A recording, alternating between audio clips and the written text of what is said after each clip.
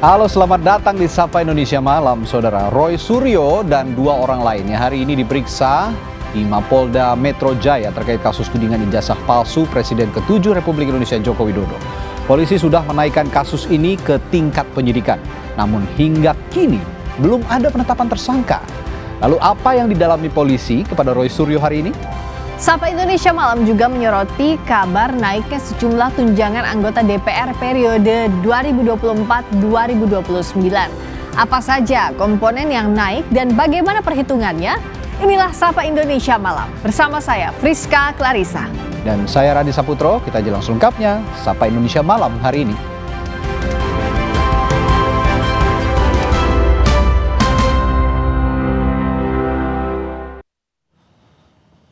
Kami mulai dari berita seorang peserta Karnaval HUT ke-80 Republik Indonesia di Kabupaten Brebes, Jawa Tengah yang terjatuh dari atas sound horeg. Nyawa korban tidak tertolong saat menjalani perawatan di rumah sakit.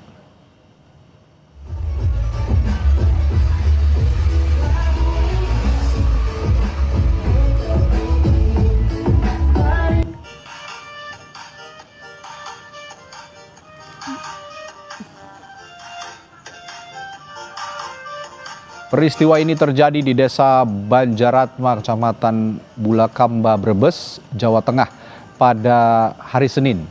Dalam video amatir ini tampak seorang pria berdiri di atas sound horeg sambil mengibarkan bendera. Karena terpeleset, pria itu jatuh dari ketinggian sekitar 4 meter ke permukaan tanah. Korban bernama Pranoto berusia 37 tahun dievakuasi dalam kondisi tidak sadarkan diri dengan luka di bagian kepala ke Rumah Sakit Bakti Asih Brebes. Korban akhirnya meninggal pada Selasa dini hari.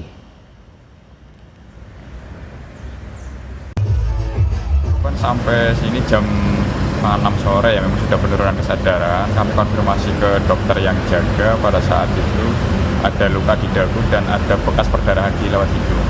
Tapi memang kalau menurut dokter jaga, kalau dilihat dari hasil CT scan-nya ada perdarahan di otak, Pak. Itu yang menjadi salah satu penyebab ya? Betul. Seorang balita di Sukabumi, Jawa Barat berusia 4 tahun meninggal dunia dengan kondisi di dalam tubuhnya ditemukan cacing berukuran besar. Sang balita diketahui tinggal bersama ibu dengan gangguan jiwa dan sang ayah yang juga menderita sakit paru-paru. Peristiwa meninggalnya balita yang menderita cacingan akut mengundang perhatian publik. Bidan Desa menyatakan kondisi balita Raya telah terpantau mengalami keterlambatan pertumbuhan sejak lama. Kondisi Raya baru diketahui saat salah satu organisasi kemanusiaan membawa Raya ke rumah sakit. Pihak puskesmas setempat mengaku kesulitan membawa Raya ke tempat penanganan medis yang lebih memadai. Hal itu karena terhalang kondisi orang tua dan administrasi kesehatan yang belum dimiliki keluarganya.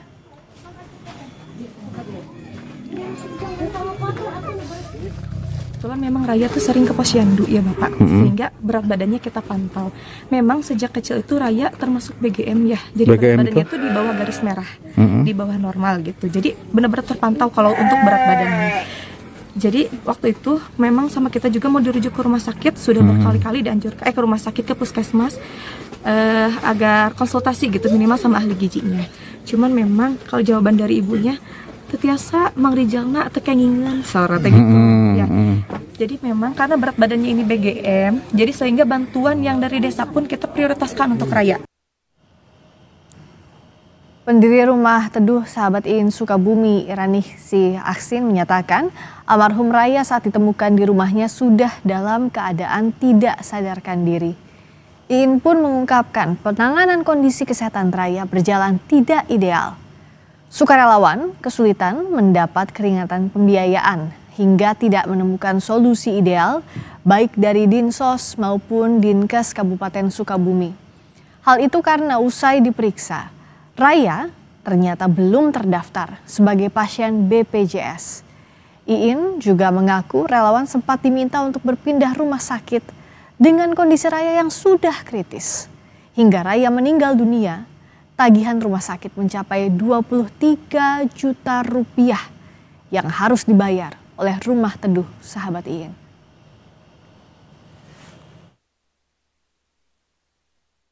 Itu masuk ke call center pada tanggal 13 Juli. Di 13 Juli itu ketika masuk laporan kita langsung assessment ke lokasi dan kita melihat Raya dalam keadaan sudah tidak sadar. Kita sempat melakukan pemeriksaan standar, kita cek saturasinya, tensinya, dan memang saturasi rendah, kita langsung pasang oksigen juga. Dalam kondisi sudah tidak sadar, kami memutuskan untuk segera mengevakuasi Raya ke rumah sakit kota. Dan bahkan kita minta nomor pimpinan Kadinkesnya, kita chat, kita telepon, nggak diangkat-angkat. Berarti pihak terkait kan kalau memang punya dana, URC apapun itu kan bisa merespon atau mengarahkan kita nih ada dana di sini atau gini. Bahkan terakhir yang bikin saya agak nyesek sih dok, dari Dinkes itu menyarankan agar Raya itu dipindahkan ke kabupaten. Kan kondisi udah dipicu dok, alat udah dipakai semua. Alasannya katanya tidak ada MOU dengan Rumah Sakit Bunut.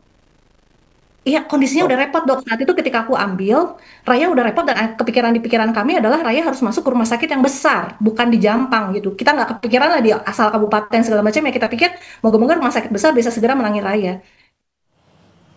Gubernur Jawa Barat Deddy Mulyadi mengungkap keprihatinannya atas meninggalnya balita Raya karena penyakit cacingan akut ini. Pemerintah Provinsi Jawa Barat langsung menangani kedua orang tua Raya yang juga mengidap penyakit serius.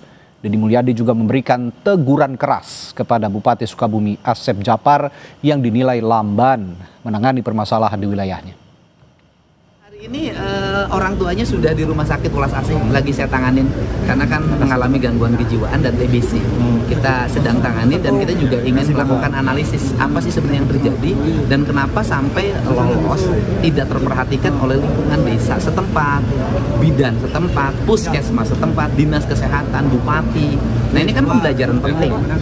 Kita tegur loh, kita tegur keras. Ini tidak boleh lagi landai seperti itu. Sukabumi itu kan problemnya banyak.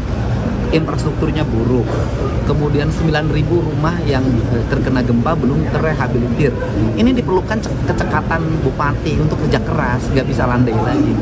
Saya minta untuk proaktif. Kita ke sorotan berikutnya.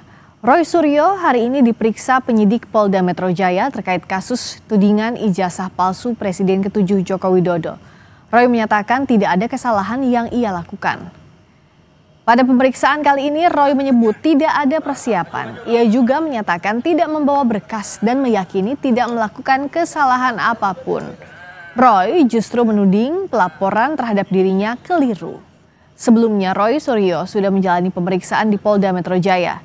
Saat itu Roy bilang, tidak semua pertanyaan dari penyidik dijawab. Roy kembali menegaskan hanya akan menjawab yang menurutnya sesuai atau relevan.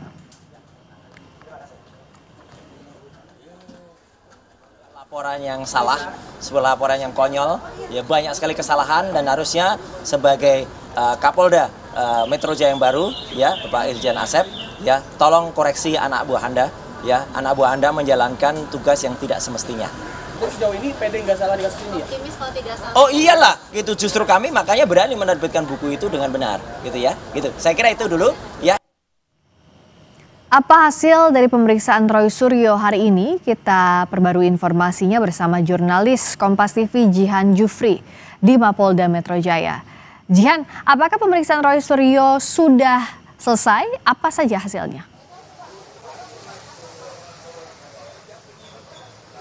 Ya, Friska dan juga saudara, benar sekali memang untuk pemeriksaan Roy Suryo ini baru saja selesai di pukul 5 sore, yang mana berarti Roy Suryo tadi diperiksa sekitar 6,5 jam. Dan memang tadi Roy Suryo juga menyatakan bahwa dirinya ini diberikan sekitar 118 pertanyaan dan dari 118 pertanyaan tersebut ini memang dijawab semua oleh Roy Suryo. Dan memang untuk pertanyaan-pertanyaan yang kemudian ditanyakan kepada Roy sendiri, ini memang tadi ada salah satu highlight yang kemudian disampaikan oleh Roy Suryo adalah terkait peristiwa 22 Januari, yang mana memang Roy kemudian menyatakan bahwa di tanggal 22 Januari tersebut ini dia memang tidak ada di peristiwa tersebut. Dan kemudian disampaikan juga oleh Roy Suryo pertanyaan-pertanyaan lain yang kemudian diberikan kepada dirinya oleh penyidik ialah kemudian terkait adanya 37 link yang mana dari 37 link ini hampir semuanya ini tidak ada dirinya, dan memang dari 37 link tersebut ini berisikan seperti wawancara, lalu postingan-postingan di sosial media yang memang masih berkaitan dengan ijazah dari Presiden ke-7 Joko Widodo. Selain dari link-link tersebut, ini kemudian Roy Suryo juga ditanyakan terkait background dirinya, tepatnya background telematika dirinya yang kemudian ia sempat menjabarkan terkait background dirinya. Nah, selain itu Roy Suryo tadi juga sempat menyatakan bahwa adanya pasal penghasutan yang dibahas, dan kemudian dari pasal penghasutan ini, kalau menurut Roy Suryo ini seharusnya ada bukti-bukti tersendiri, yakni harus ada bukti formil dan juga bukti material yang kemudian ditunjukkan kepada dirinya. Memang kalau kita berbicara terkait pemanggilan Roy Suryo kali ini merupakan pemanggilan lanjutan, atau maksud saya ini pemanggilan kedua begitu ya, yang dijadwalkan ulang setelah kemarin Roy Suryo ini sempat dipanggil pada tanggal 12 Agustus lalu, namun memang dirinya ini belum bisa hadir dikarenakan memang dinyatakan bahwa memiliki agenda tersendiri jelang HUT Republik Indonesia yang ke-80, yang mana tadi juga disampaikan oleh Roy Suryo bahwa memang agenda tersebut adalah salah satunya melaunching buku Jokowi's White Paper yang baru saja diluncurkan beberapa hari lalu. Dan tadi kami juga sempat bertanya apakah kemudian penyidik menanyakan hal-hal terkait buku Jokowi's White Paper yang baru saja di launching, namun memang dinyatakan oleh Roy Suryo memang tidak ada pertanyaan terkait buku-buku sama sekali. Berikut pernyataan langsung dari Roy Suryo sesaat keluar dari pemeriksaan di Polda Metro Jaya. Justru itu yang menarik. 22 Januari saya tidak mengerti itu peristiwa apa. Ya, gitu. Ada di Jakarta Pusat di mana? Tidak ada juga. Jadi kan lucu. Sesuatu yang saya tidak ada di dalamnya, saya tidak disebut di dalamnya, orang-orang yang ada di situ juga tidak ada saya, ditanyakan kepada saya.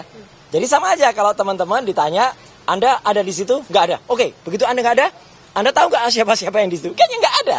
Ya udah kan. Jadi cepat tadi pertanyaannya. Dengan demikian saya memang menjawab pertanyaan-pertanyaan yang saya ketahui. Misalnya apa? Oh, saya lahir di mana? Dulu pendidikannya apa? Orang tua siapa? Data diri apa? Kemudian apa yang saya ketahui? Apa yang saya takuni selama ini? Tentang latar belakang telematika saya seperti apa? Definisi telematika seperti apa? Ya itu yang saya jawab.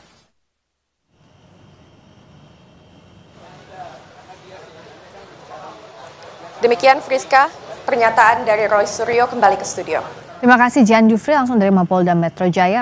Roy Suryo diperiksa terkait dengan kasus ijazah Jokowi setelah sebelumnya absen, datang dan tetap membantah tidak tahu terkait dengan peristiwa yang ditanyakan oleh penyidik Polri. Kita akan tanyakan langsung nanti. Terima kasih Jian.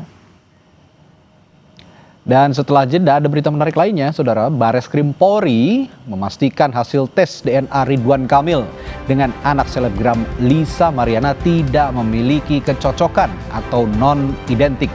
Kami segera kembali dengan informasi.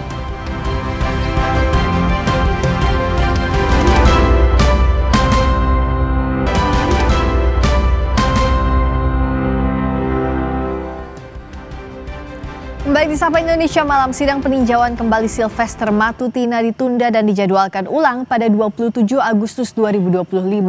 Penundaan sidang dilakukan karena pemohon PK atau Sylvester tidak hadir karena sakit.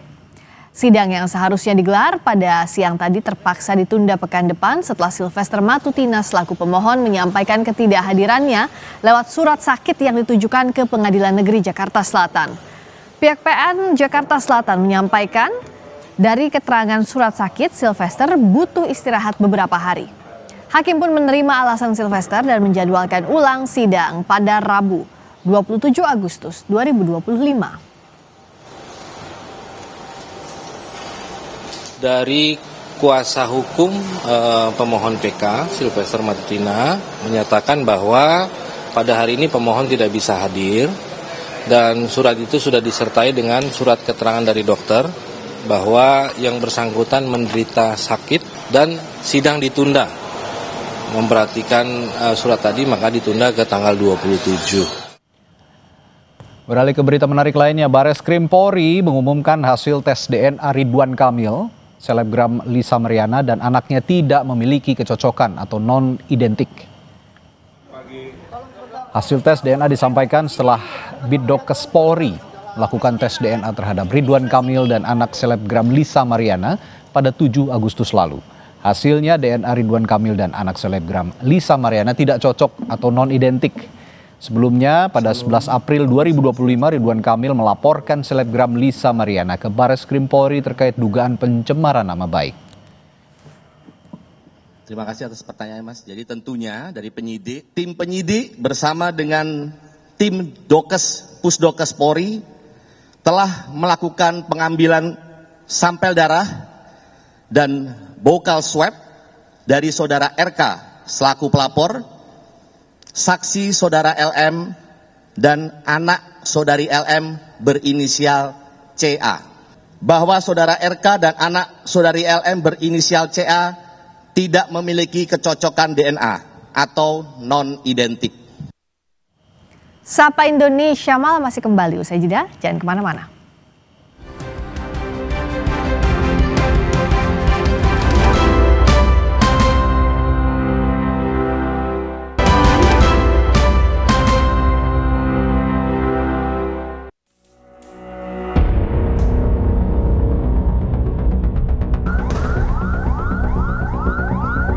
Silahkan lakukan, jangan hanya 5.000 orang, 50.000 orang disuruh ngerahkan. Saya tidak akan kendali, saya tidak akan merubah keputusan. Tadi itu arogan Pak, waktu dia baru dilantik aja sudah mengancam masyarakat. Jangan sekali-kali ada yang mengganggu pemerintahan saya. Banyak hal yang menjadi catatan kami, bahkan sampai ini kami kaget ada beberapa persoalan yang sangat memprihatinkan.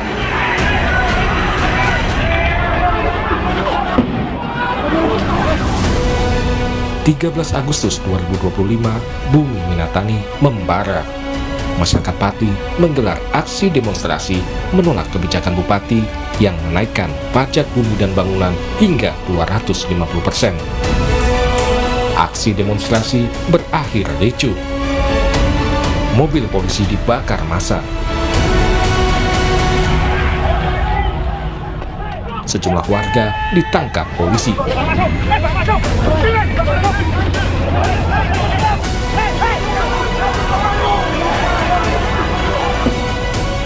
Bupati Sudewo yang berusaha memberikan penjelasan justru dilempar massa. Selain menolak kebijakan kenaikan pajak PBB, massa juga menuntut Bupati Sudewo mundur karena dinilai arogan, menantang warganya untuk menggelar demonstrasi. Karena tadi itu arogan Pak, waktu dia baru dilantik aja sudah mengancam masyarakat. Jangan sekali-kali ada yang mengganggu pemerintahan saya. Oke. Setelah baru beberapa dilantik, beberapa bulan, Pak Bupati Sudewo membuat kebijakan menaikkan pajak 250% yang melanggar Perda nomor 1 tahun 2024.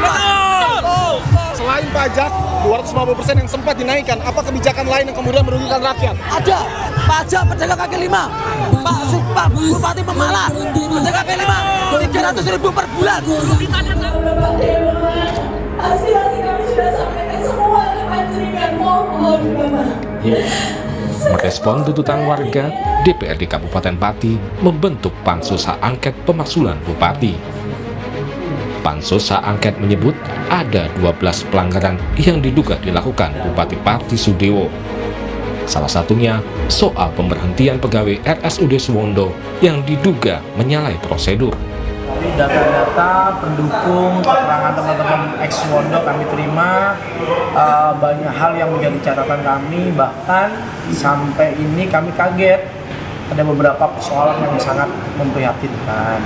Bahkan tadi disampaikan juga keterangan Pak Bupati yang di TikTok atau di video atau di teman-teman media mengatakan kalau teman-teman ini masuknya tidak pakai tes, teman-teman ini masuknya tidak pakai prosedur yang benar. Ternyata ada yang benar, ada proses yang benar. Terkait kenaikan PBB, Pansus Hak Angket DPRD Pati juga mengungkap bahwa usulan menaikkan bukan berasal dari camat dan kepala desa, sebagaimana yang diklaim Bupati Sudewo sebelumnya. Surat edaran katanya inisiatif dia sendiri. Inisiatif dia sendiri, tidak ada perintah dari Pak Bupati. Terus terkait pernyataan Pak Bupati terkait dengan 250% kenaikan itu, salah satu usulan dari camat, kades, dan tokoh masyarakat, ternyata camatnya tidak. Dia sudah disampaikan bahwa gini ya kenaikannya, camat menyetujui, bukan usulan mereka. Anggota Pansus Hak Angket lainnya menyatakan kebijakan menaikkan PBB hingga 250% tidak pernah dibicarakan dengan DPRD. Apakah sudah juga dibahas soal kenaikan pajak 250%? Kan mekanismenya seyogianya, selazimnya itu dibahas juga di DPRD. Kenapa tiba-tiba setelah kebijakan setelah ada kebijakan baru ada protes-protes? DPRD juga punya andil sebenarnya untuk mengesahkan ataupun menjalankan kebijakan yang diprotes oleh publik Pati ini, Bung Joni. Ya, kami di DPRD sama sekali tidak pernah diajak bicara tentang kenaikan PBB ya, berarti ini. Ya? Clear, tidak pernah. Ya. Nah, sama sekali. Bupati Pati Sudewo menghormati pembentukan Pansus Hak Angket di DPRD, namun ia tegas menyatakan menolak mundur sebagai bupati. Ini merupakan proses pembelajaran bagi saya karena juga baru saja beberapa bulan menjabat sebagai bupati hak angket yang dimiliki oleh DPRD. Jadi saya menghormati hak angket paripurna tersebut. Tuntutan kan sudah disampaikan tadi. Kalau saya kan dipilih oleh rakyat secara konstitusional dan secara demokratis, jadi tidak bisa saya harus berhenti dengan tuntutan. Pengamat politik menyatakan saat ini upaya pemakzulan Bupati Pati sulit terlaksana, kecuali DPRD Pati mampu membuktikan kesalahan Bupati Sudewo. Saya 60% tidak akan bisa dari sisi itu ya, dari sisi kekuatan di atasnya, karena elit politik tampaknya tidak meresistensi dan atau tidak merejeksi posisi Pak Sudewo ini. Itu kan hanya masyarakat, bukan tidak penting. Nah, disinilah tantangan, tetapi ini juga akan patah ketika mampu DPRD membuktikan bahwa yang bersangkutan itu salah gitu. Itu saja menurut saya. Dan sekali lagi harus bernilai hukum ya, bukan bernilai informasi, asumsi-asumsi itu gampang dipatahkan di MA gitu. Kementerian Dalam Negeri terus memantau proses politik yang tengah berlangsung di DPRD Pati. Pemerintah pusat juga telah memberikan teguran pada Bupati Pati. Proses politik yang ada di Pati tentu kita cermati dengan seksama. Apa yang sekarang bergulir di DPRD, Kemendagri melakukan proses pengawasan, ada proses komunikasi, ada proses teguran, ada proses evaluasi. Sementara politisi Partai Gerindra yang juga Menteri Sekretaris Negara, Prasetyo Hadi, juga menghormati proses yang berjalan di DPRD Pati. Prabowo Subianto sebagai Presiden maupun Ketua Umum Partai tidak akan mengintervensi proses politik yang berjalan. Namanya pemerintah Kabupaten Pati ya, jadi kesepakatan untuk menjalankan hak angket, ya, kemudian pansus, ya sepenuhnya kita hormati. Ini nggak ada hubungannya dengan kader Gerindra atau bukan. Kalau memang mekanismenya seperti itu ya kita ikuti. Ya kan dalam konteks yang ini tidak bisa juga kemudian Bapak Prabowo meskipun ketua umum partai tidak ada mekanisme yang kemudian beliau bisa mohon maaf nih misalnya menghentikan atau menghalangi proses aspirasi munculnya hak angket atau munculnya pansus, kan mekanismenya tidak memungkinkan. Rakyat Pati sudah bergerak, bola sekarang ada di tangan DPRD. Akankah DPRD Pati mampu membuktikan kesalahan Bupati Pati Sudewo sehingga memenuhi syarat untuk pemakzulan? Tim Liputan Kompas TV.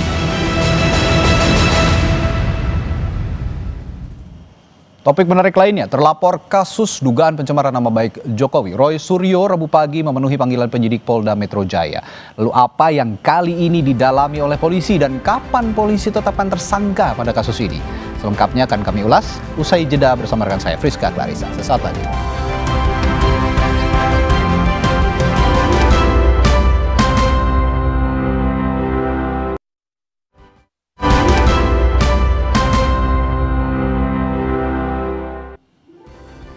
Masih di Sapa Indonesia Malam bersama saya Friska Clarissa. Terlapor kasus dugaan pencemaran nama baik Jokowi, Roy Suryo, Rabu pagi memenuhi panggilan penyidik Polda Metro Jaya. Ini adalah pemeriksaan pertama Roy Suryo sebagai saksi sejak kasusnya naik ke tahap penyidikan. Roy menjelaskan ia tidak membawa berkas bukti apapun karena merasa dirinya tidak melakukan kesalahan. Mantan Menpora ini juga mengaku percaya diri bakal lolos dari kasus hukum ini, kendati dirinya tetap mengikuti proses hukum yang sedang berjalan.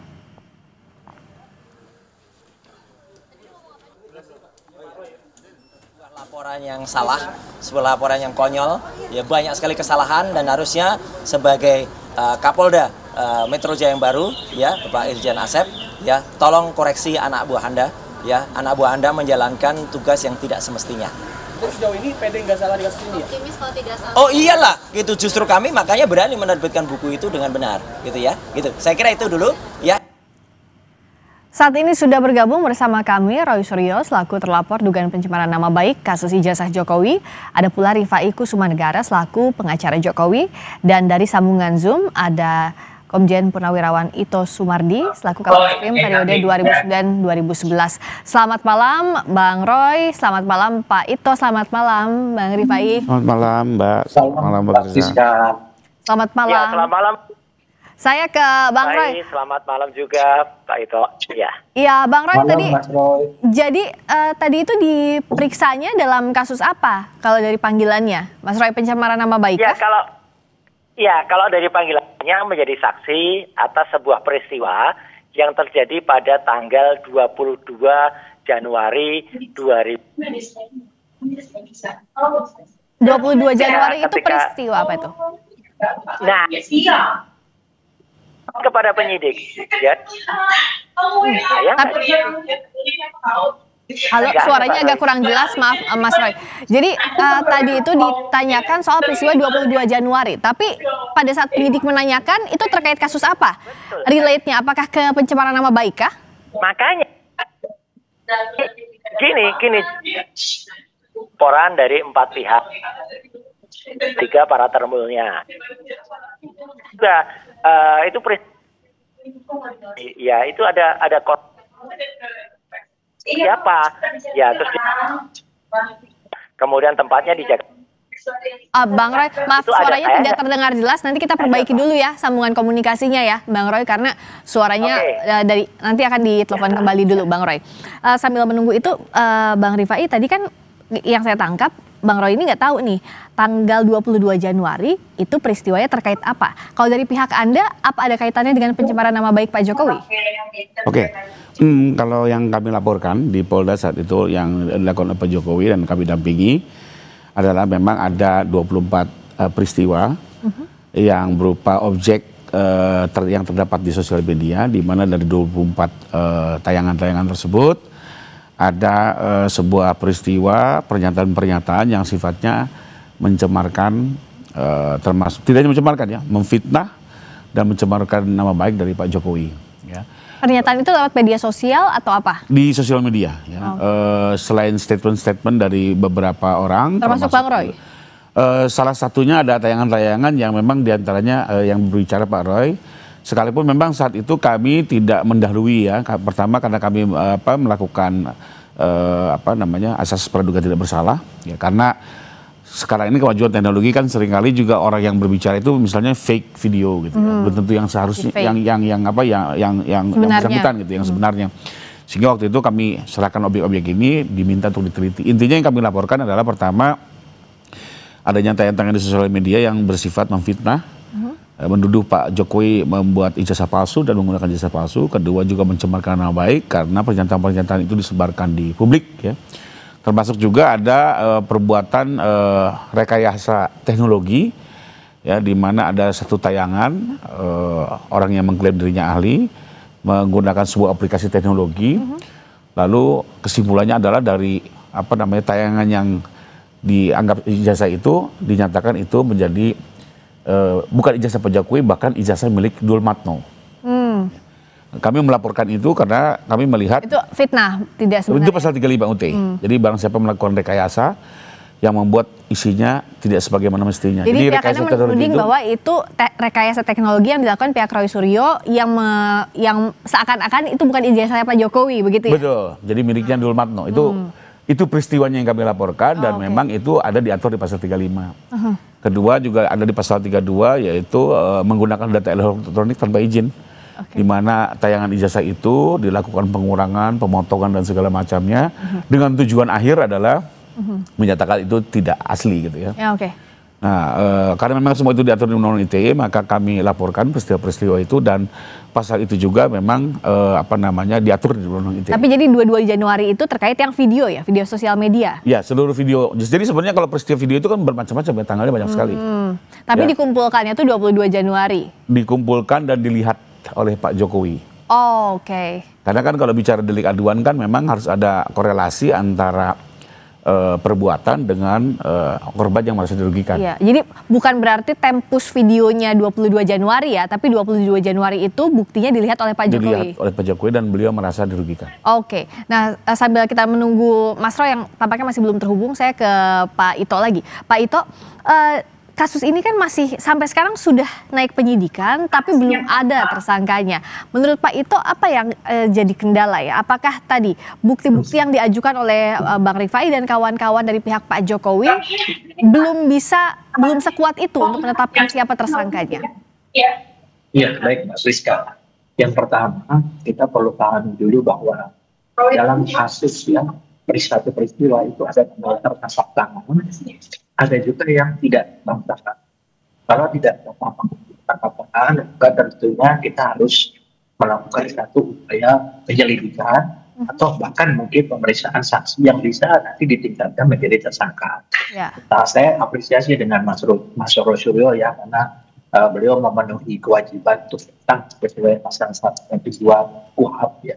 Itu kan kewenangan penyidik ayat 1 diatur untuk memanggil, memeriksa seseorang, dan ayat 2-nya itu kewajiban bagi seseorang itu untuk memenuhi ya, karena ini sifatnya polistisia ya, memiliki kekuatan hukum yang besar. Kalau nanti jalan yang bersangkutan saya tidak memenuhi, bisa disangkakan pasal 224. Tapi kemudian sebetulnya ada upaya hukum, tadi disampaikan oleh Mas Roy bahwa penyidik tidak profesional. Tentunya di internal itu beliau bisa melaporkan ke Propam. Nanti kalau Propam menganggap bahwa penyidik tidak profesional, maka akan ada tentunya langkah-langkah hukum yang diperbaiki. Yang kedua, di dalam pasal 52, kan yang bersangkutan juga berhak juga untuk tidak menjawab atau memberikan keterangan yang mungkin menurut yang bersangkutan itu atau yang terperiksa ini dianggap bahwa ya itu saja yang akan disampaikan. Ada upaya hukum lain itu pasal 77 KUHP dan juga dilengkapi dengan keputusan Mahkamah Konstitusi nomor 21 tahun 2014. Seseorang bisa mengajukan pra peradilan untuk tersangka. Saya kira untuk di sini kita sebaiknya nggak usah diramein dulu gitu ya. Mungkin ya kan Mas Roy Suryo ini sahabat saya juga ya, ikutin aja permainan, karena nanti kalau misalnya kita membuat sesuatu yang mungkin menjadi heboh, takutnya nanti ada hal-hal yang bisa menimbulkan potensi hukum lain ya bagi pihak-pihak yang merasa tersinggung atau merasa jadi efeknya bisa lebih luas lagi begitu ya Pak Ito ya? Ya, ikutin aja. Jadi kalau Mas Roy juga ingin tidak memberikan keterangan yang ada di dalam pasal 52 KUHP diatur di sana, Pak. Kemudian kalau memang mau mengajukan pra peradilan, ada itu keputusan Mahkamah Konstitusi nomor 21 tahun 2014 yang memperkuat dari pasal 73. Saya kira ikuti itu permainannya. Demikian. Ya, saya tanya ke Mas Roy sekarang. Tadi sudah terhubung lagi ya Mas Roy ya. kalau tadi dari pihaknya Bang Rifai bilang bahwa itu terkait dengan tanggal 22 Januari saat Pak Jokowi melihat bukti-bukti yang diajukan. Ada misalnya dari video yang dianggap memfitnah Pak Jokowi. Bagaimana dari Mas Roy? Kenapa Bang Roy ketawanya lepas sekali? Ada apa? Melihat kelucuan yang sangat tidak pantas. Ya. Kalau Jokowi baru melihat tanggal 22 Januari, kemudian pada saat melihat tanggal 22 Januari itu saya tidak ada di situ. Konferensi pers itu saya tidak menyebut. Bahkan peristiwanya yang kemudian disebutkan, itu peristiwa yang tanggal-tanggal berikutnya. Jadi bulan Maret, bulan April. Ini lucu nggak? Ada orang video pada bulan Maret. Mas Roy didekatkan lagi ke telepon. Nah, seperti ini biar jelas suaranya. Didekatkan lagi teleponnya. Ya kan? Ya. Artinya gini. Januari, padahal peristiwanya sesudahnya. Ini apa enggak lawakan? Ini apa enggak dagelan yang namanya? Iya kan? Gitu. Artinya memang konyol banget. Nah, halo Mbak. Ya halo. Sorry.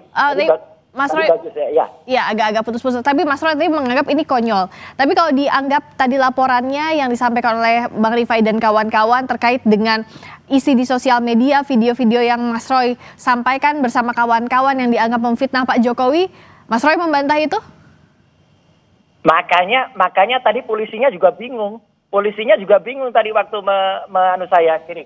Polisinya juga bingung karena itu lurus mentok. Jadi artinya ketika dia tanya ke saya, Pak Roy ada mengetahui peristiwa tanggal 22 Januari? Tidak, karena saya tidak ada di peristiwa itu, nama saya pun tidak disebut itu. Kemudian apakah Anda melihat lagi peristiwa? Yang lain tuh ada nggak dalam surat pemanggilan? Tidak ada. Dan kemudian kalau tadi Pak Rifai menyatakan 22 Januari itu peristiwanya Jokowi melihat ada video-video pada fitnah. Itu kapan? Video-video itu baru terjadi itu pada bulan Maret, bulan April. Sekarang seluruh orang Indonesia bisa ngelihat nggak kelucuan ini. Seseorang melihat video pada tanggal 22 Januari, yang dilihat itu pada bulan Maret, April, dan lain sebagainya. Lucu nggak Mbak Friska? Nah, ya kan? Jadi Rifai, ada seseorang, ya ada seseorang yang bisa melihat bulan-bulan berikutnya. Inilah konyol. Jadi polisinya tadi juga bingung. Akhirnya kemudian ya udah, saya hanya menjawab yang saya ketahui karena yang namanya saksi itu hanya boleh menjawab apa yang dia lihat dan apa yang dia saksikan. Saya nggak boleh berpendapat, karena kalau berpendapat itu namanya pertanyaan-pertanyaan semua saya jawab, tapi saya jawab dengan tegas bahwa tidak ada hubungannya saya peristiwa tanggal 22 Januari. Dan kalau ada bukti, katakanlah ada bukti 7 itu iyalah, kalau itu ada saya semua. Minimal ada saya separuhnya, atau minimal ada saya seperempatnya, atau seperlimanya. Nggak ada.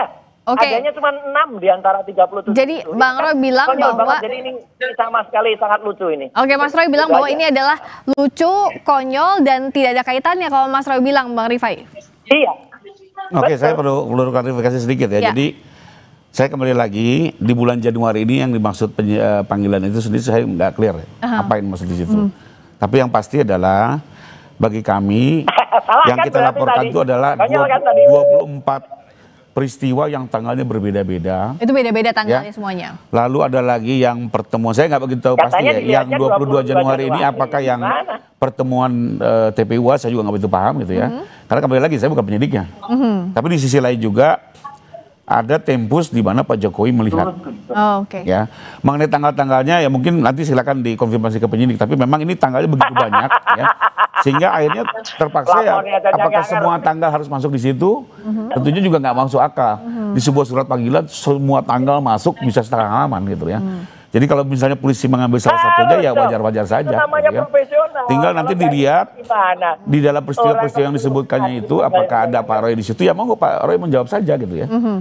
Apakah ada pernah di situ, lalu kenapa bisa ada di situ, silakan diterangkan saja. Tapi kalau buat kami, buat saya apa yang dilakukan penyidik wajar-wajar saja gitu. Karena kembali lagi tempusnya tanggalnya sangat banyak. Apakah semua tanggal masuk kan nggak mungkin. Itu lebih guna. Nah, Mas Roy gimana? Ada banyak tanggal, nggak mungkin semua tempusnya masuk di sana. Iya, ini namanya tidak profesional, ya. Tidak profesional. Kenapa? Sudah jelas dibuatkan tempus dan lokusnya. Secara hukum, Secara hukum tempus dan lokus itulah yang harus dipakai. Kok PNA saja sekarang tiba-tiba yang ditanyakan tanggal yang lain. Terus tanyakan lagi tanggal yang nggak boleh kayak gitu. Itu nggak profesional. Polisi tadi juga bilang, iya Pak, kami hanya menjalankan tugas. Ya jalankan tugas dengan benar dong. Gitu. Akhirnya polisi mengakui, ya udah Pak, kalau gitu Bapak jawab aja yang tanggal 22 Januari. Ya sudah. Polisi menjawab yang 22 Januari dan itu saya tayangkan dalam BAP. Semuanya saya tuliskan. Dan ada pertanyaan-pertanyaan lain tentang tanggal-tanggal yang lain. Saya jawab, itu tidak ada dalam pemanggilan. Jadi kalau tidak ada dalam pemanggilan, ya nggak perlu dijawab. Ini juga saya sampaikan ke orang-orang yang lain ya. Jangan mau Anda menjawab sesuatu yang tidak ditanyakan, yang tidak Anda ketahui, yang tidak dilihat langsung dan tidak didengar langsung. Jadi itulah makanya tadi saya menjawabnya cepat sekali. Gitu loh. Meskipun ada beberapa pertanyaan dan beberapa puluh halaman, tapi ya kemudian nyatanya saya selesaikan itu BAP. Dan kepolisian, polisi juga tadi penyidiknya juga puas. Karena sudah menerima dan banyak belajar dari saya tentang apa yang saya sampaikan soal undang-undang ini gunanya untuk apa, undang-undang ini gunanya untuk apa. Di depan saya jawab itu panjang ya tentang polisi. Dan satu lagi, saya bukan mengaku-ngaku ya gitu. Saya nggak mungkin diundang oleh stasiun TV termasuk juga Kompas ya kalau saya tidak punya kepakaran gitu. Jadi jangan salah ya gitu. Dan saya tidak memiliki podcast, saya tidak memiliki akun YouTube. Saya juga tidak memiliki akun sosial media. Jadi Mbak Friska, saya tidak punya niat untuk mempublikasikan sesuatu. Nggak ada niat saya mempublikasikan. Dan saya juga bela teman-teman media. Jangan mau nanti Kompas tiba-tiba dipanggil, TV lain dipanggil, media lain. Gitu. Karena apa? Dianggap menyebarluaskan. Itu ada undang-undangnya sendiri. Nah Mas Roy tapi menganggap bahwa materi penyidikan tidak jelas begitu ya, Mas Roy ya? Kalau dari simpulannya Mas Roy. Iya, dan polisi juga ngakuin kok. Polisi nyatanya kemudian meng-ACC itu semua dan kemudian membenarkan saya dan kemudian menutup BAP itu sekitar jam 4 sore tadi. Oke, saya tanya ke Pak Ito, apakah materi penyidikan tidak jelas ini bisa jadi kendala dalam pengungkapan kasus? Kita bahas usai jeda di Sapa Indonesia Malam.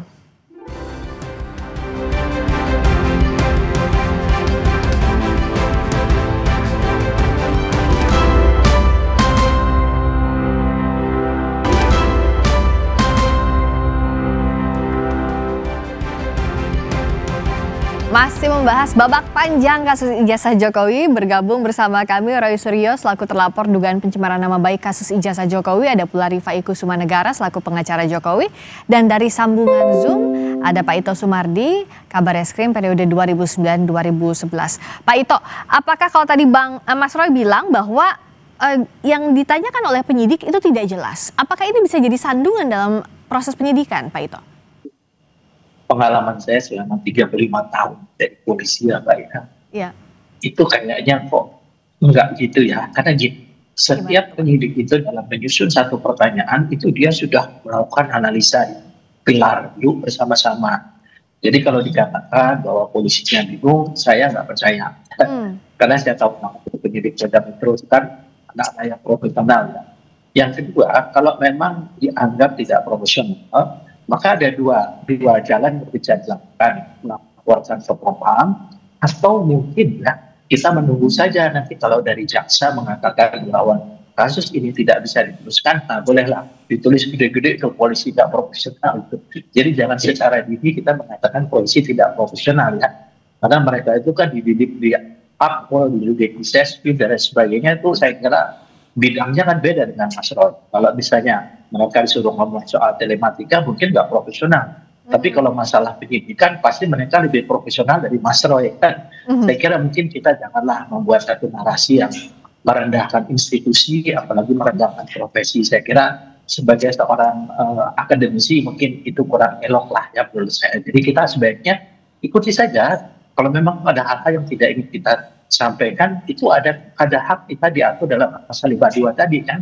Kemudian juga kalau memang kita tidak terima, kita ditetapkan nanti misalnya dinaikkan sebagai tersangka, ya ajukan saja pra peradilan, kan ada langkahnya. Jadi saya kira yang dilakukan penyidik saat ini adalah sudah melalui satu penyelidikan yang lama. Mereka hanya mengambil keterangan, mereka tidak menyimpulkan. Jadi nggak mungkin lah kalau mereka bingung, nggak mungkin. Itu Mas Roy ini kan orangnya seneng guyon, jadi saya anggap itu guyonan aja. Demikian Mbak Friska. Mas Roy, gimana kata Pak itu jangan terlalu dini menyimpulkan misalnya apa yang jadi materi penyidikan tidak jelas atau penyidikan tidak profesional, karena pasti berlaku SOP yang diterapkan dalam penyidikan ini, Mas Roy. Ya, gini, saya menyampaikan begini, karena tadi juga sama seperti tadi saat membuka, ya kan, saat dibuka tadi kan Pak Rifai juga bilang, akhirnya diralatkan tadi, bahwa katanya Jokowi itu melihat peristiwa itu tanggal 22 Januari.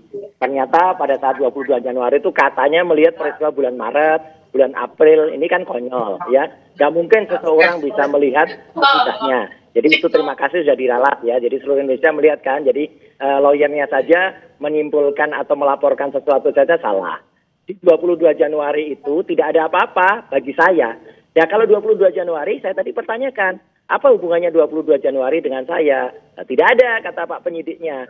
Gitu ya. Ada saya nggak di situ? Tidak ada juga Pak. Nah terus ngapain saya gitu? Nah ini Pak ini ada hal lain. Oke itu ada hubungannya nggak dengan 22 Januari? Gitu kan, ada saya nggak, karena nggak ada, ya sudah. Kemudian tadi ada hal lain yang kemudian dipertanyakan ke saya, yaitu soal akun. Ya, akun saya jawab dengan tegas. Saya nggak punya akun, saya nggak pernah posting, saya nggak punya Twitter, ya kan gitu. Dan saya nggak punya sosial media yang lain, apalagi gitu kan. Nah, terus dia menanyakan ke saya. Ini yang menurut saya Pak Ito, ya kita hormati juga para penyidik yang memang mereka hanya menjalankan tugas. Ya, mereka kemudian menanyakan, apakah Anda tahu soal akun ini postingannya menyebut nama sahabat saya, ya gitu, menyebut juga ini. Lah saya kan nggak boleh memberikan kesaksian atas orang lain, gitu loh. Itu kan namanya testimonium di auditu, gitu loh. Jadi artinya saya tidak menjawab atas postingan orang lain. Saya juga tidak perlu menjawab atas orang lain. Dan kemudian kalau kemudian ada tayangan TV gitu ya dihadirkan. Kemudian saya tanya, nah di situ tuh saya diundang atau apa gitu kan? Ya. Pak, saya punya nggak TV itu? Enggak, Pak. Lah sudah, toh. Saya yang punya TV itu. Kemudian saya ditanyakan apa maksudnya TV itu. Lah tanyakan ke TV dong.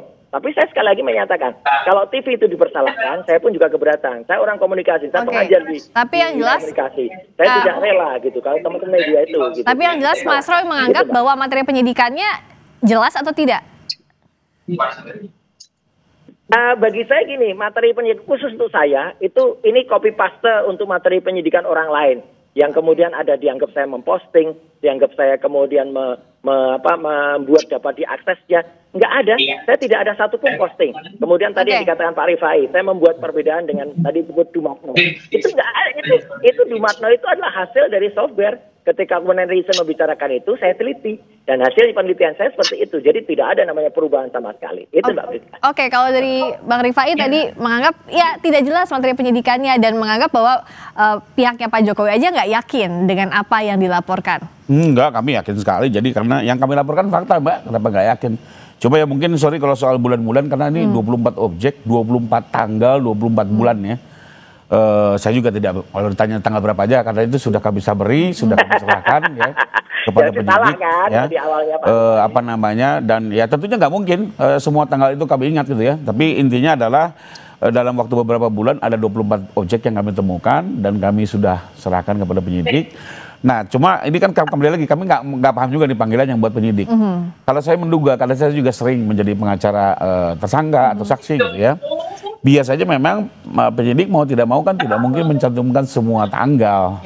Ya bisa penuh sendiri surat panggilan. Tapi di dalam pemeriksaan disitulah baru digali. Ya, ada objek seperti ini, apakah Anda tahu? Tidak tahu, berarti lanjut ke pertanyaan berikutnya. Objek yang kedua seperti ini, apakah Anda tahu? Tahu, kenapa Anda bisa di dalamnya? Bisa seperti itu ya. Jadi menurut saya ya kita lihat panggilan isi dari pertanyaan BAP. Kalau kami biasanya seperti itu ya kalau mendampingi. Jadi jangan hanya berkutat di soal panggilan ya, di soal tanggal-tanggal, tapi di substansinya tidak melakukan klarifikasi dengan lengkap. Tapi kembali lagi yakin bahwa penyidik profesional. Kalau buat saya justru ya saya melihat penyidikan ini cukup komprehensif dan cukup hati-hati Mbak. Artinya kalau tidak salah saya kemarin lihat SP2HP sudah ada 99 saksi didengar, termasuk juga cukup banyak ahli dan multidisiplin ilmu, para guru besar juga didengar pendapatnya di situ ya. Dan kalau kita lihat juga sampai hari ini kan kemarin penyelidikan pun berbulan-bulan ya. Masuk ke penyidikan pun sudah sekian lama, cukup hati-hati, belum ada tersangka. Menurut saya ini bagus. Artinya penyidik juga tidak tergiring ya. Beliau hati-hati dan memang itu yang kami harapkan. Pak Jokowi juga ingin pemeriksaan ini betul-betul hati-hati, tidak tendensius ya. Dan pada akhirnya adalah meminta pertanggungjawaban dari orang yang memang seharusnya mempertanggungjawabkan segala perbuatannya, tapi juga tidak menyeret orang-orang yang tidak perlu bertanggung jawab. Oke. Jadi kembali lagi, biarpun sudah ada nama 12 beredar, buat kami hati-hatilah tetapkan tersangka kalau memang semua alat bukti mencukupi ya. Jadi Oke. tidak harus si A, si B gitu ya, atau Pak Roy. Kalau memang Pak Roy nggak bersalah, kenapa mesti dikejar pertanggungjawabannya kan? Oke. Jadi kembali lagi kami sebagai pelapor juga memberikan kesempatan seluas-luasnya kepada penyidik untuk bertindak hati-hati. Nah, kalau terakhir Pak Ito, bagaimana agar penyidik ini cermat, hati-hati, tapi tidak berlarut-larut juga kasusnya? Kasus ini kan juga berjalan di satu sidang pengadilan ya, di peradilan di Jawa Tengah. Tentunya penyidik juga harus mempertimbangkan masalah ini, bukan karena lama, karena objeknya kan sama. Nah, di sana sudah jelas ya. Kemudian tentunya dengan dasar itu, ini pun akan menjadi sesuatu kekuatan bagi penyidik untuk menjadikan satu alat bukti. Tadi disampaikan Mas Roy, kalau memang ada hal-hal yang tidak sesuai, itu justru yang menguntungkan Mas Roy. Jadi saya kira kenapa harus mengatakan penyidik tidak profesional, justru dengan yang tidak sesuai dengan keterangan saksi yang lain, kemudian dikontak oleh Mas Roy dengan keterangan yang berbeda, nanti penyidik akan menyimpulkan. Tetapi kalau misalnya itu ada keterangan lain sudah didukung dengan keterangan ahli dan sebagainya, tentu penyidik juga akan menetapkan untuk meningkatkan status sebagai tersangka kalau memang diperoleh 2 alat bukti minimal yang cukup. Dan di sini tentunya seseorang yang ditetapkan sebagai tersangka, jangan kebakaran jenggot dulu. Tersangka itu kan orang yang disangka bisa melakukan, bisa juga tidak. Dan nanti kita tunggu di penuntutan umum atau di pengadilan atau mungkin di drop. Kalau misalnya keterangan Mas Roy tadi disampaikan ada yang tidak berufan, ya pasti penyidik akan ngedrop. Karena kalau tidak, ada konsekuensi itu bagi penyidik apabila dari pihak yang ditetapkan sebagai tersangka melakukan upaya hukum, yaitu melalui peradilan. Ya. Saya kira apa yang disampaikan Bang Rifa itu tepat sekali ya, penyidik saat ini sangat hati-hati. Jadi demikian namanya proses ini menunjukkan profesionalisme dan kehati-hatian penyidik. Saya kira percayalah, polisi juga tidak ada intensi apa kepada seseorang. Kita bertindak profesional karena juga sudah dikawal oleh Kompolnas ya. Kemarin sudah dikokap dan saya juga tidak datang ya. Ya kita kembalikan saja pada proses hukum. Kita ikuti semuanya. Jadi tidak perlu menilai sesuatu lembaga dengan memberikan sanksi yang keragaman profesionalisme yang kemudian dikatakan penyidik bingung. Saya sebagai mantan polisi tentunya saya juga sudah nyaman ya. Demikian Bang. Baik, jadi ya ikuti proses hukumnya, semua pihak harus cermat, hati-hati, transparan dan profesional. Ini yang perlu diawasi. Ya. Nah, jadi ini Bang Suryo biar clear ya. Jadi 24 peristiwa itu tanggalnya berbeda-beda. Ini saya buka catatan nih sekarang. Oke, tapi singkat-singkat aja. Sementara Pak Jokowi melihat video itu tanggal 26 Maret 2025. Ya, 26 Maret 2025 Pak Jokowi melihat. Ya. Jadi ini biar clear karena kembali lagi tanggalnya banyak sekali. Saya nggak bisa ingat satu persatu, tapi saya udah buka di catatannya nih. Oke, udah ada catatan ya, clear, Mas Roy? Harus rinci, jangan Ya gini Mbak, jangan boleh masyarakat tiba-tiba ditanyain tanggal-tanggal yang tidak ada, tiba-tiba dimunculkan. Ini namanya kriminalisasi. Tapi nggak apa-apa lah, kita lihat saja ya. Nanti siapa yang benar, siapa yang salah, dan ternyata kan sudah terbukti tadi salah. 22 Januari itu tidak ada apa-apa, dan kemudian kalau tanya tanggal-tanggal lain, ya kami keberatan. Karena itu tidak ada putih. Nggak boleh orang ditanya secara hafalan gitu saja, tanpa ada hitam di atas putih yang ada pada surat pemanggilan. Itu yang baik, proses hukumnya dijalani terus Bang Roy Suryo CS, juga Bang Rifai dan kawan-kawan penyidikannya, tapi harus berlangsung secara profesional dan transparan. Terima kasih Mas Roy Suryo, terima kasih Bang Rifai, terima kasih juga Pak Ito. Selamat malam. Malam, Pak Ito, Bang Roy, terima kasih. Berikutnya saudara, kami kembali dengan sorotan lainnya masih di Sapa Indonesia Malam. Antara lain, informasinya anggota DPR mendapat kenaikan tunjangan untuk beras transportasi. Kita bahas usai jeda. Publik berharap kinerja DPR sejalan dengan kenaikan tunjangan. Usai jeda bersama rekan saya Radi Saputro di Sapa Indonesia Malam.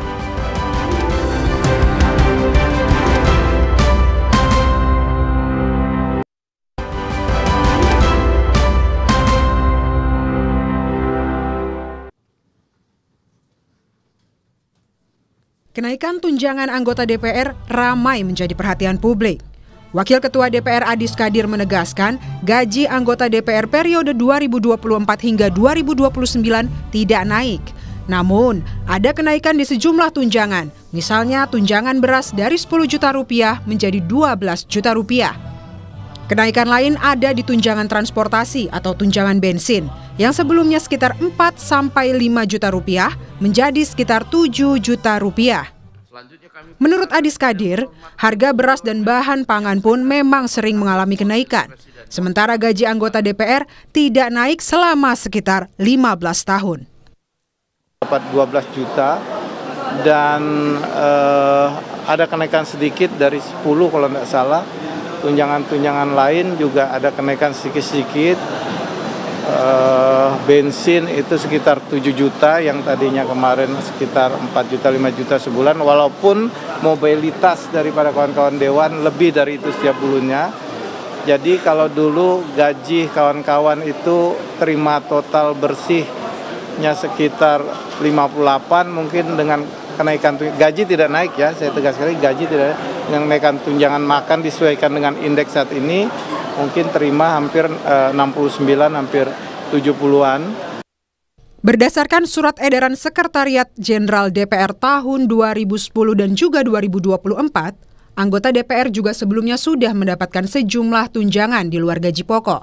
Tunjangan melekat seperti tunjangan jabatan, tunjangan suami istri atau anak, hingga tunjangan pajak penghasilan. Totalnya sekitar 15 juta rupiah. Ada juga tunjangan lain seperti tunjangan kehormatan, komunikasi, hingga bantuan listrik dan telepon mencapai 34 juta rupiah. Tunjangan lain adalah tunjangan rumah sebesar 50 juta rupiah. Analis politik sekaligus Direktur Eksekutif Parameter Politik Indonesia, Adi Prayitno menyebut, kenaikan tunjangan anggota DPR melukai perasaan publik. Karena di saat yang bersamaan, masih banyak warga yang miskin dan kesulitan mendapat pekerjaan. Menurutnya, di tengah efisiensi anggaran, kenaikan tunjangan ini malah menambah beban negara. Yang kedua tentu saja adalah soal di tengah efisiensi yang dilakukan oleh pemerintah, di tengah pengetatan anggaran yang terjadi di mana-mana, tunjangan-tunjangan yang diberikan kepada yang mulia anggota dewan, dalam banyak hal ini mengkonfirmasi betapa ada disparitas yang cukup jauh antara pendapatan yang dimiliki oleh anggota dewan dengan rakyat yang ada di bawah. Di tengah kebijakan efisiensi pemerintah, publik berharap indikator yang jelas dari kenaikan berbagai tunjangan anggota DPR. Publik juga berharap DPR semakin baik dalam menjalankan fungsi pengawasan, legislasi, dan penganggaran yang berpihak kepada rakyat. Tim Liputan, Kompas TV.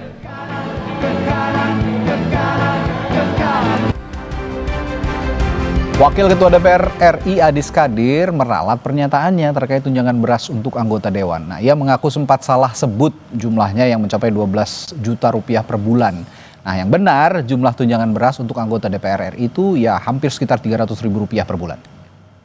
Seperti saya sampaikan, tunjangan beras itu tidak ada kenaikan sejak tahun 2010, itu sebesar 200 ribu kurang lebih per bulan. Jadi itu saja yang ingin saya klarifikasi. Jadi saya sampaikan tidak ada kenaikan gaji, yang ada memang hanya tunjangan perumahan yang sudah dianggarkan sejak tahun lalu, itu karena rumah dialihfungsikan oleh Sekretariat Negara. Sementara itu, Wakil Ketua Komisi 3 DPR Ahmad Sahroni merespons soal tunjangan DPR yang belakangan menjadi sorotan publik. Sahroni bilang tunjangan rumah senilai 50 juta rupiah justru lebih efisien daripada anggota DPR mendapatkan fasilitas rumah dinas. Menurut Sahroni, laporan dan penghitungan dari Setjen DPR, biaya pemeliharaan rumah dinas per tahun jika bisa ditotal ini mencapai ratusan miliar rupiah. Jauh lebih mahal daripada memberikan tunjangan cash atau tunai sebesar 50 juta rupiah. Menanggapi kenaikan sejumlah tunjangan yang jadi sorotan, Sahroni bilang anggota DPR pun tetap memberikan perhatian kepada masyarakat. Karena biaya perawatan itu tak terhingga. Ya, banyak rusak AC lah, perlengkapan di dalamnya. Kenapa waktu itu banyak yang kasih masukan lebih baik dikasih tunjangan tunai, di mana tidak memberatkan negara agar posisinya tidak anggaran negaranya tidak terganggu. Jadi jangan dilihat karena nilai uangnya, fantastis nih, enggak, itu biasa sebenarnya.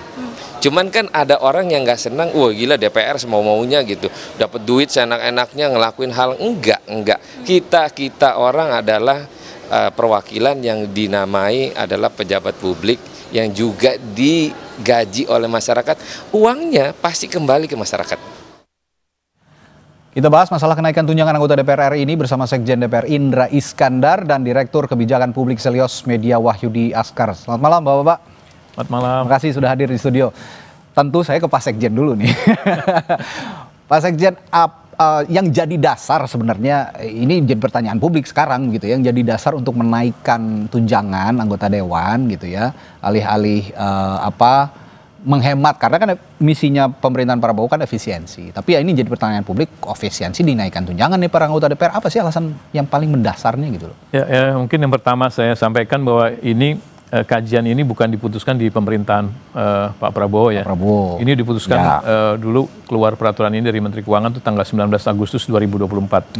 Jadi kajian ini sebenarnya dari 2 tahun lalu ya, melihat berbagai kondisi rumah di Kalibata khususnya itu yang khususnya yang bocor gitu ya. Kemudian hampir setiap hujan itu pasti air naik walaupun setinggi lutut lah. Gitu. Oh, ini buat kita bicara tunjangan tempat tinggal ya berarti ya? Ya, tunjangan tempat tinggal gitu ya tadi ya. Tunjangan tempat tinggal dulu ya. Karena tadi menyebut istilah ada kenaikan tunjangan cuma itu, karena yang lain nggak ada yang signifikan, nggak ada yang naik dan nggak ada yang kenaikan. Hanya semua basisnya tetap pada PP nomor 75 tahun 2000. Semua basis penghasilan dewan tetap berdasarkan itu ya. Jadi kecuali ada dana-dana kegiatan yang itu memang didasari pada peraturan Menteri Keuangan. Tapi selebihnya itu semua masih 26 tahun lalu ditentukan besaran-besarannya. Jadi kalau berkaitan duit yang tadi 50 juta itu diputuskan memang sudah pada periode lalu. Periode lalu diputuskan. Nah, tapi bagaimana dengan yang dikatakan oleh pimpinan DPR Pak Adi Skadir juga tuh, tadi juga sempat kita tampilkan di berita pengantar. Ya kalau tadi yang 12 juta slip tang kayaknya ya, salah dikoreksi menjadi 200 ribu. Tapi ada juga menyebut tunjangan bahan bakar, tunjangan bensin katanya. Itu kenaikannya sampai berapa ya kalau saya tidak salah? Sampai 7 juta begitu. Bukan, saya jelaskan tunjangan bensin 3 juta. Jadi 3 juta tunjangan bensin. Bukan kenaikan, itu baru dapat mulai bulan Mei kemarin. Oh, sebelumnya tidak ada. Tidak ada tunjangan bensin. Baru ada tunjangan bensin. Bulan Mei kemarin sebesar 3 juta rupiah. 3 juta. Oke. Jadi kalau yang signifikan, kalau lebih rinci lagi, rumah yang paling besar, tempat tinggal 50 juta dan tadi bahan bakar. Bahan bakar. Untuk bensin baru ada bulan Mei kemarin 3 juta rupiah. 3 juta. Selebihnya tidak ada kenaikan tunjangan lain? Tidak ada tunjangan lain. Oke, saya ke Bung Media dulu. Ya kalau kemarin dikatakan oleh Pak Adis, ya tentu semua kaget gitu kan, 12 juta untuk beras bisa 1 RT, bisa 1 kecamatan kayaknya kalau ngomong 12 juta, ternyata hanya 200 ribu rupiah. Dan tadi juga sudah diklarifikasi untuk tunjangan bahan bakar hanya 3 juta, namun yang besar ini 50 juta. Yang jadi sorotan tetap nih tempat tinggal. Gimana Mas Media lihat nih? Iya, soal tunjang-menunjang ini ya Mas. Tunjang-menunjang nih. Ada 2 mazhab. Politisi itu digajinya seperti apa. Mazhab pertama itu mazhab konstitusional. Kayak di US, kenaikan itu hanya bisa terjadi setelah term anggota legislatif kalau di kita ya. Kalau di Australia itu ada komisi independen. Di Indonesia ini aneh. Gaji ditentukan oleh undang-undang, tapi tunjangan-tunjangan ini ditentukan oleh menteri. Nah, disinilah potensi abuse-nya. Ada potensi penyuapan secara legal yang mungkin saja terjadi antara eksekutif terhadap legislatif. Ya tadi akhirnya tunjangan terus diberikan setiap tahun. Jadi tunjangan-tunjangan ini nanti mohon dikoreksi ya Pak ya. Ada puluhan tunjangan-tunjangan, anak, istri, beras, bensin ya, tunjangan komunikasi. Ada lagi. Dan menurut saya ini irasional dalam kondisi ekonomi kita hari ini. Masyarakat di Pati dipaksa bayar pajak lebih banyak, belum dibone dan yang lain-lain. Jadi ini melukai perasaan publik. Dan atas dasar ini saya kira pemerintah termasuk juga DPR harus melihat ini sebagai kritik yang konstruktif. Begitu. Ya, nah kalau begitu tadi kan Mas Medi juga mengatakan ini melukai perasaan publik. Iya, saya paham betul karena kita tahulah Pak Indra ya. Di daerah-daerah banyak sekali protes kenaikan pajak, di Pati, di Jombang, lalu di Cirebon. Ini banyak sekali, di Bone juga terjadi kemarin itu. Nah, apa yang bisa dilakukan oleh Sekjen dengan komunikasinya juga dengan pemerintah? Apakah akan mereview lagi tunjangan-tunjangan ini, mengingat kalau kata Pak Indra ini kan ditetapkan di periode lalu, ya sudah, kalau sekarang sudah terlanjur ditetapkan, ya apa ada review untuk ya mengefisienkan diri lah anggaran-anggaran yang dikeluarkan oleh DPR, apa ada langkah yang bisa atau ada anggaran-anggaran yang bisa dipangkas gitu. Saya tapi tanyakan itu setelah jeda ya Pak. Saya mau iklan dulu nih. Setelah jeda kami akan tanyakan ke Pak Indra. Tetaplah bersama kami di Sapa Indonesia Malam.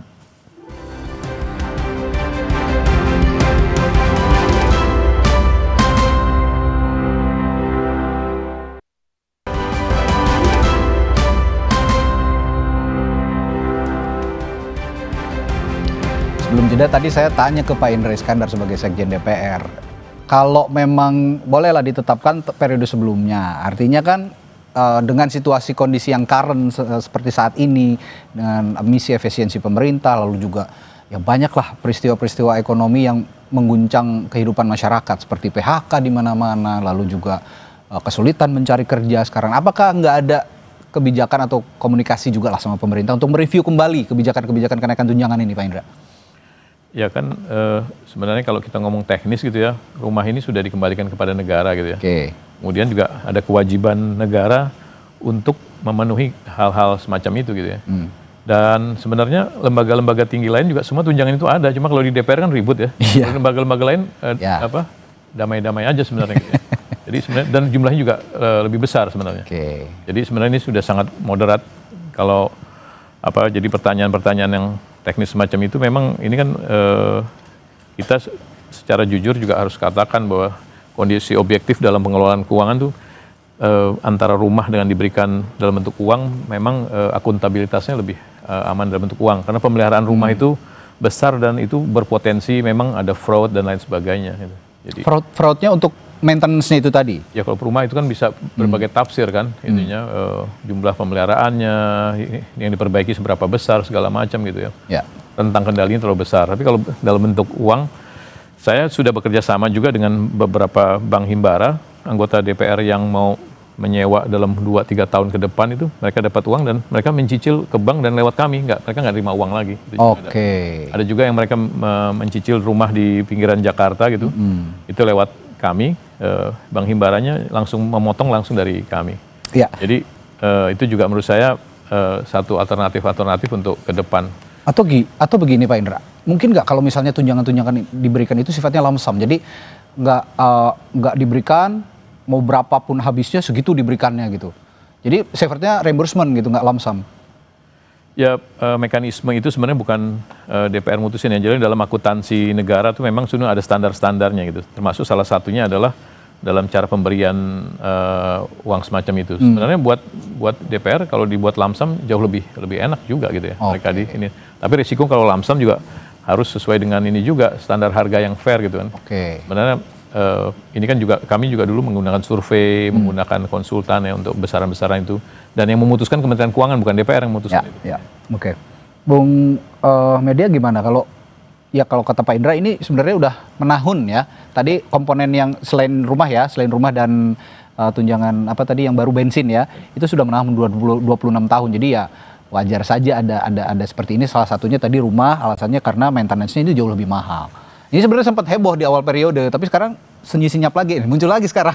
Gimana nih Bung Media? Ya ini kesempatan yang baik untuk memperbaiki regulasi kita soal ketidakadilan upah ya contohnya. Karena Kementerian Keuangan harusnya lihat data. Sekarang itu kelas menengah itu menghabiskan 800 ribuan per bulan, sekitar itu untuk sewa rumah. Dan ini 50 juta.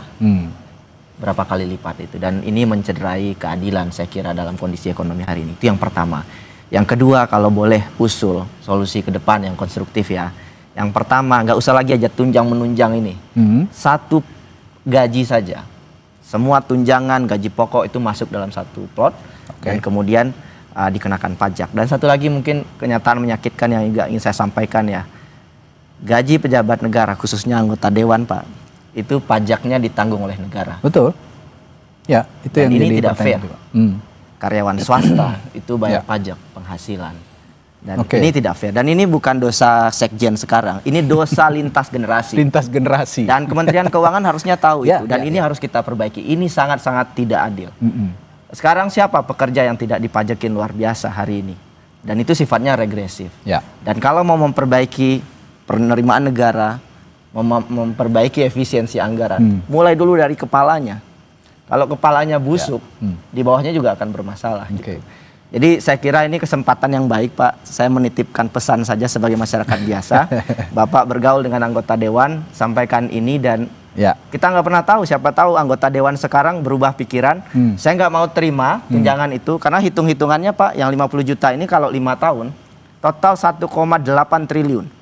Ya, dengan sekian banyak anggota dewan ya. Iya, 50 juta ya. Dan kalau DPR mau berkontribusi pada negara, bisa bayarin nombokin kereta wus yang rugi 1,6 T satu semester tahun ini. Dan itu udah berkontribusi sangat baik untuk negara. Dan kita juga tahu, Pak, penghasilan anggota dewan itu kan tidak hanya dari gaji pokok dan ya mereka juga ada ada salah satunya pebisnis ya kan. Betul, itu juga mereka masih banyak penghasilan lain gitu. Nah, itu ada ketimpangan upah yang luar biasa di masyarakat hari ini dan saya kira kita mengadu ke dewan dan dewanlah yang merubah ini. Jadi kalau ingin menciptakan keadilan, mulai dari dapur kita sendiri, dapur anggota dewan dulu. Dapur anggota dewan, dapurnya ada di Pak Sekjen nih. Nah, tapi saya paham Pak Sekjen mungkin nggak akan bisa merubah regulasi. Ini Kementerian Keuangan yang harus dikritik. Tidak boleh kemudian ada tunjangan yang kemudian diberikan tanpa kemudian ada argumentasi yang jelas. Saya sepakat dengan survei, Pak. Tapi survei mana yang digunakan untuk besaran 50 juta ini, angkanya dari mana digunakan oleh Kementerian Keuangan? Itu harus dijawab oleh Kementerian Keuangan. Kita juga akan coba hadirkan nanti lain waktu ya Kementerian Keuangan untuk juga bisa mempertanggungjawabkan apa dasarnya untuk memberikan tunjangan anggota dewan di tengah misi efisiensi pemerintahan Presiden Prabowo. Tapi gini, yang jadi juga saya melihat ada sedikit melukai hati publik ketika Wakil Ketua DPR Adis Kadir juga mengatakan bahwa ya mungkin Menteri Keuangan kasihan sama anggota DPR katanya gitu. Ini kalau ngomong-ngomong kasihan, lebih kasihannya kena PHK gitu loh. Nah, ini saya mau tanya ke Pak Sekjen juga, ini pernyataan formal atau pernyataan informal yang memang tidak didiskusikan terlebih dahulu oleh pimpinan DPR dengan Sekjen?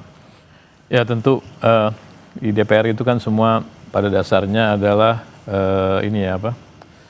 mempunyai hak politik yang sama untuk bicara ya. Jadi saya kira yang disampaikan Pak Adis tentu dalam konteks dengan teman-teman media itu sebagai kekerabatan lah, menjelaskan itu bukan dalam konteks formal tapi lebih ketika beliau keluar setelah memimpin paripurna dengan teman-teman media itu kan beliau menyampaikan secara santai kan, itu bukan dalam forum formal. Saya kira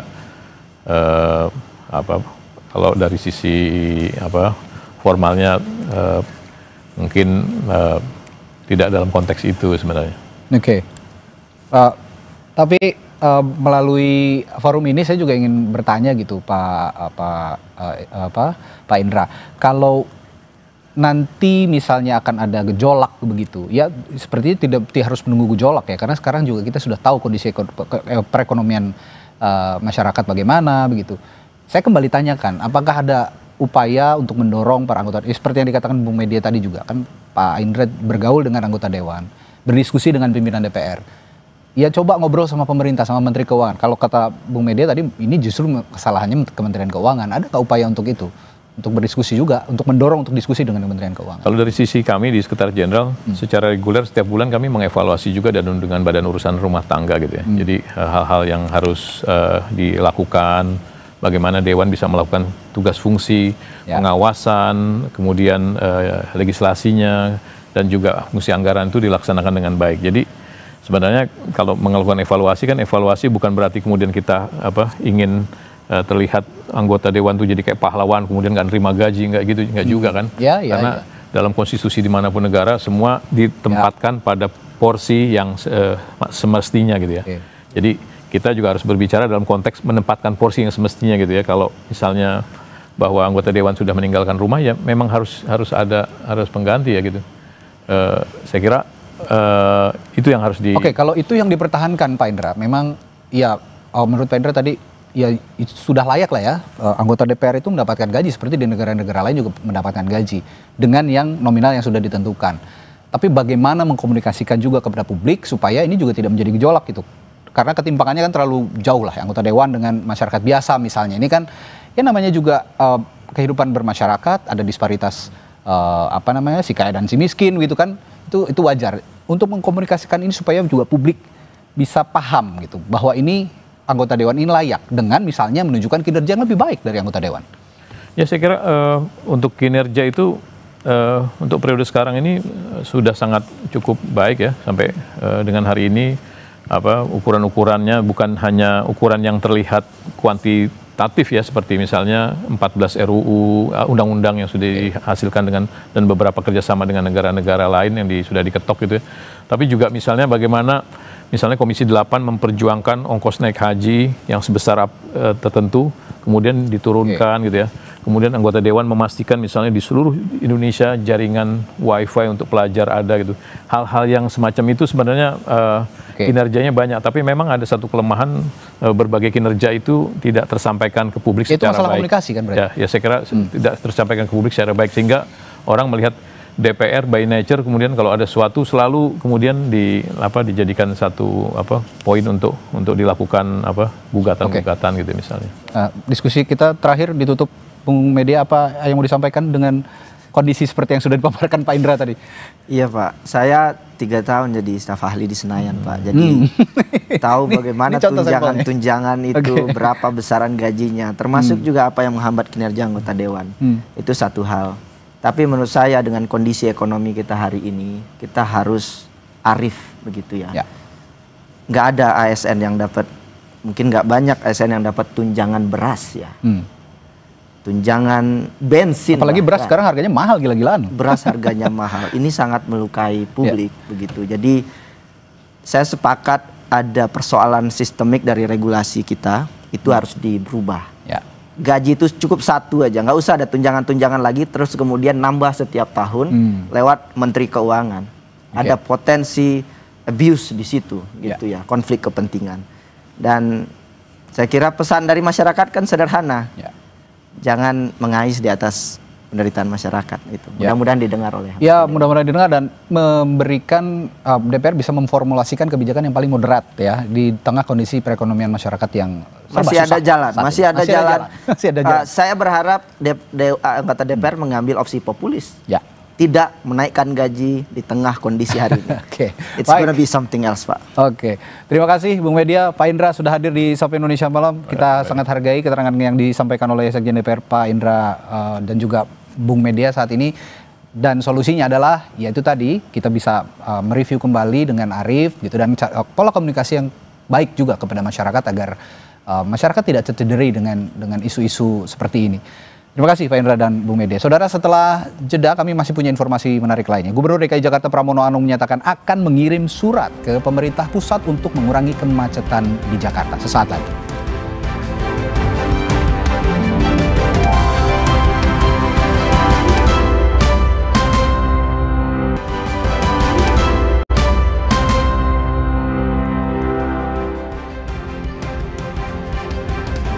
Masih di Sapa Indonesia Malam, Gubernur DKI Jakarta Pramono Anung menyatakan akan mengirim surat ke pemerintah pusat guna mengurangi kemacetan di Jakarta. Gubernur DKI Jakarta Pramono Anung menyebut kemacetan di Jakarta merupakan dampak dari pembangunan proyek strategis nasional. Tak hanya itu, Pramono juga mengimbau petugas untuk tidak memberikan ruang terhadap Pak Ogah yang mengatur lalu lintas yang justru menimbulkan kemacetan.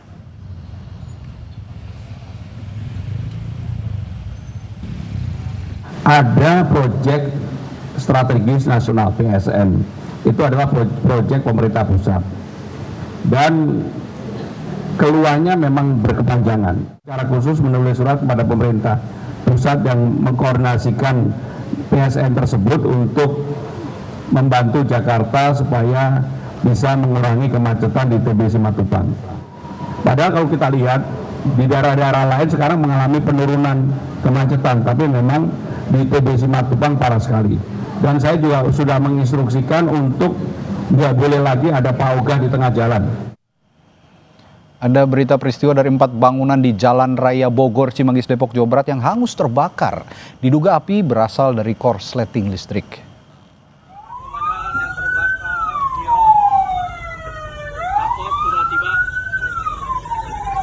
Api membakar bangunan tepat di samping ruas Jalan Raya Bogor, Depok. Bangunan yang terbakar diantaranya warung makan dan bengkel. Kebakaran dapat dipadamkan sekitar 25 menit usai 30 personel dan 7 unit mobil pemadam kebakaran tiba di lokasi. Tidak ada korban luka maupun jiwa akibat peristiwa ini, namun kemacetan arus lalu lintas sempat terjadi saat proses pemadaman dilakukan.